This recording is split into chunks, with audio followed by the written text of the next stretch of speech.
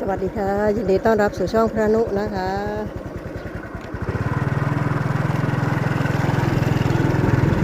อย่าอาชิโทรมานะคะให้ลงไปบ้านปู่นะคะมีเรื่องอะไรเนาะภาษาก็เลยต้องรีบนะคะ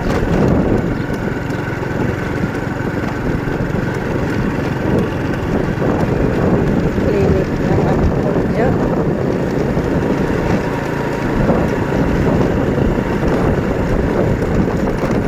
มาถึงหรือยังเนาะเมื่อกี้โทรมายังอยู่กุดเรือคำนะคะภาษาก็จะมารออยู่ที่บ้านย่านะคะให้ลุงเสือทำปลานะคะจะต้มปลาเนาะพรุ่งนี้ชวนลุงเสือไปใส่บาตรนะคะเพราะว่าพรุ่งนี้เป็นวันพระนะคะวันพระก่อนว่าจะไปก็ฝนตกตอนเช้านะคะพอดีภาษาก็ไม่ได้ชวนลุงเสือนะคะวันนี้บอกลุงเสือไว้แล้วนะว่าพรุ่งนี้จะพาไปใส่บาตรนะคะ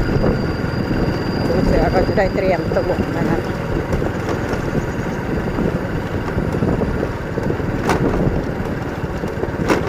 ยังมาไม่ถึงนะคะ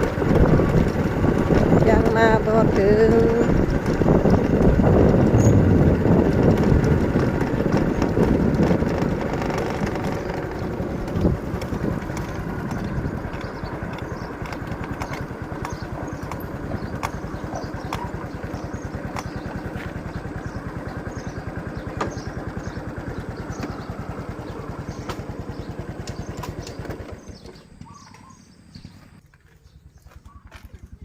โอ้ยหมอเข้ามาบักใหญ่โอ้ยาไปใส่เนาะมันนี่คือบ่เห็นดังไฟก็ต้มหน่อไม้โอ้ยไฟหมดเบิดแล้ว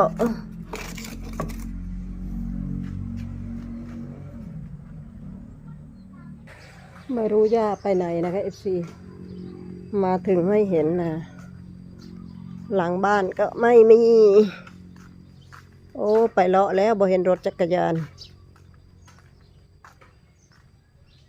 สงสัยไปเลาะแล้วนะรถจักรยานไม่เห็นแล้วนะต้มหน่อไม้ไวไฟกับบ่มีบ่ะเนี่ยอู้มาดูเกาลัดกัน FC โอ้พอตัดออกนะคะมันเป็นดกมากๆเลยพี่น้องโอ้ยต่ำๆเลยพวงบักใหญ่พี่น้องสุดยอดผลึกพี่น้องเอ้ยพวงบักใหญ่นะคะอู้มีลายพวงด้วยนะคะดกทางนี้นะคะแล้วก็ทางนี้โอ้รอบนี้มันเป็นเยอะจริงๆเลยนี่นะคะนี่แล้วก็นี่อ้าวมาแล้วใครมาแล้วแต่ว่าย่าไม่อยู่นะคะ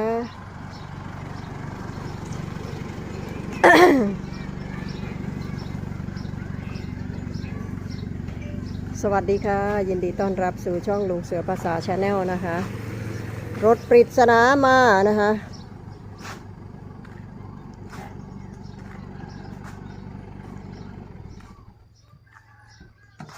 มาขายหยัง โอ้ยเป็นหวัดงอมเลยคอยโพดโอ้ยก็ตั้งแต่พุ่นแล้วหลังไปบ้านพี่ยูโรมาเป็นหวัดยาวเลย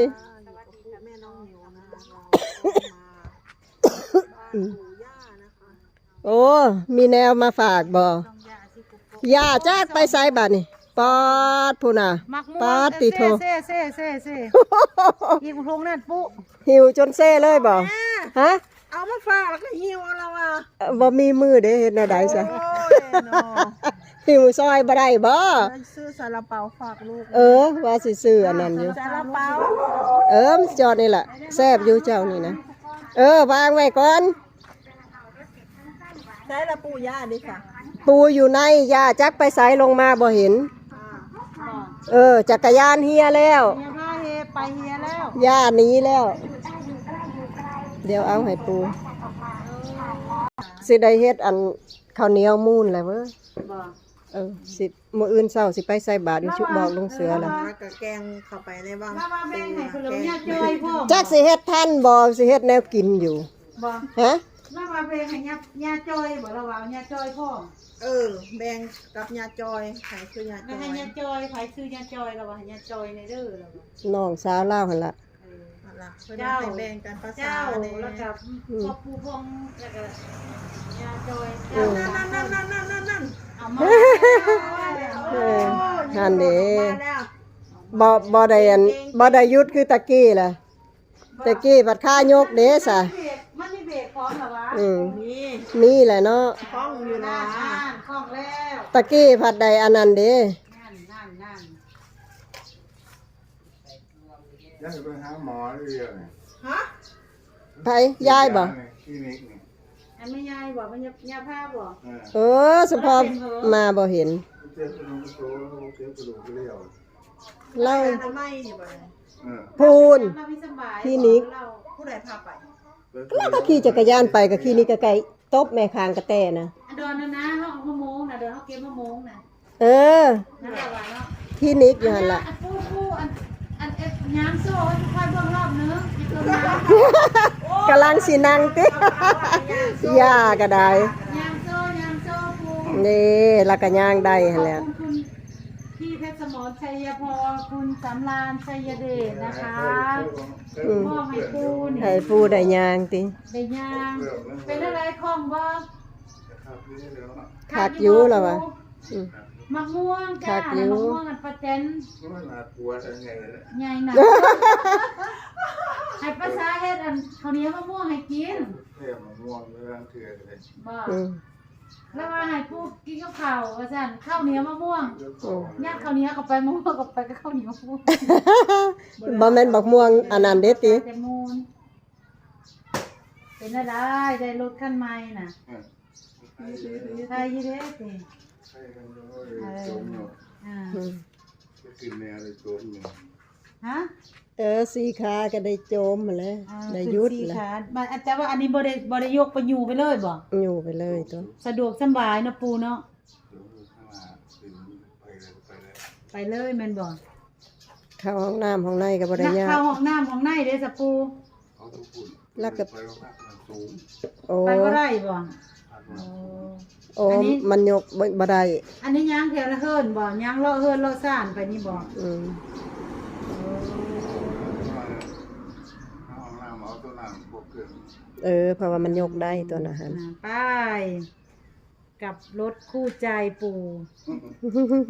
พ ได้ อ ออกไปทางใดไก่วะนี่รถอันนี้ ไปแรงคือโน่นไปนี่แหละ อืม ย่างไปย่างมาอยู่นี่ละบ่ ไปแรงไม่ออกมานี่ บ้านหวานภาษาเจ้าเอ็ดเราด้วยอันเอ็ดข้าวเหนียวมูนเนาะ คอยแต่ว่ามื้อนี้บ่ได้เฮ็ดดอก คุณ คำ ยู ล่ะ โรวะยูแล้ววะ เราจะไปใส่ตู้เย็น ข้าวเห ไว้ นียวมูนแล้วเราก็ได้โอ้ยอันคุณยูโรก็เก่งเจือเจ้าว่าเจ้าแบบดีใจทุกคนมีว่าผู้เจ้าก็เอ็ดมา ก็นึ่งข้าวเหนียวแล้วก็มาล้างน้ำแล้วก็ โอ้ล้างน้ำสะก่อน ตะล้างน้ำซะก่อนจังสิเป็นเม็ด แล้วก็อันแล้วก็เอาเตยหอมบ่ นึ่งข้าวเหนียวสุกแล้วก็เอามาล้างน้ำบ่ ล้างแล้วเนาะบ่ล้างก็เหนียวตุยๆแหละ บ่ได้มูนเลยบ่ บ่ ล้างแล้วก็ไอ้นั่นเลยบัดนี้ล้างเลยเลย ก็เคี่ยวกะทิแหละกะทิแตกมันแล้วก็กวนใส่กันล่ะนึ่งแล้วมาล้างน้ำ บ่ล้างน้ำมันก็เหนียวก็เป็นก้อน แล้วก็เอาต้มกะทิเอามันแตก แล้วก็เอาลงไปมุ่ง แล้วก็เอาข้าวลงใส่กันแหละ แล้วก็อันเอาเส้นน้ เคี่ยวกะทิแล้วก็เอาน้ำตาลลงแล้วก็เอาข้าวลงล่ะ ำอ๋อแล้วก็ซื้อ แต่ เตย ถ้า หอ เขา ม บ่ล้างน้ำค่ะมันจะเหนียวบ่ โอ้เคล็ดลับต้องล้างน้ำ ที่มันดูดน้ำ เห็นบ่ที่เขาเป็นเม็ดนะข้าวเขาเม็ดงามบ่